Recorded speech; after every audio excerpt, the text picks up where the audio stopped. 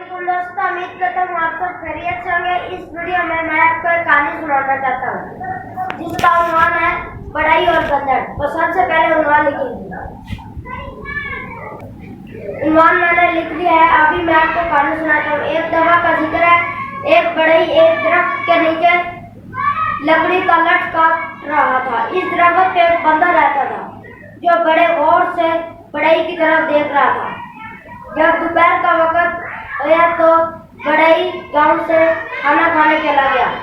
तो जब वो गया तो बंदर नीचे उतरा और बढ़ई के औजारों के साथ खेलना शुरू कर दिया। बढ़ई लकड़ी की लठ में के एक पिक्चर फंसा गया था।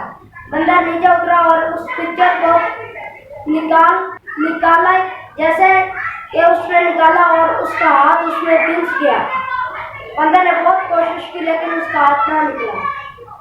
बढ़ई आया, उसने बंदर का हाथ निकाला और उसने देखा कि बंदर तो मर चुका है। उसने बंदर को उठा लिया और दूर जंगल में फेंक कर आ गया और उसने कहा, बेवकूफ तू बंदर था। बढ़ई बनने की सूरत में अपने जान से भी हाथ धो बैठे। नतीजा जिसका काम उसी को साजे। अल्लाह हाफिज़।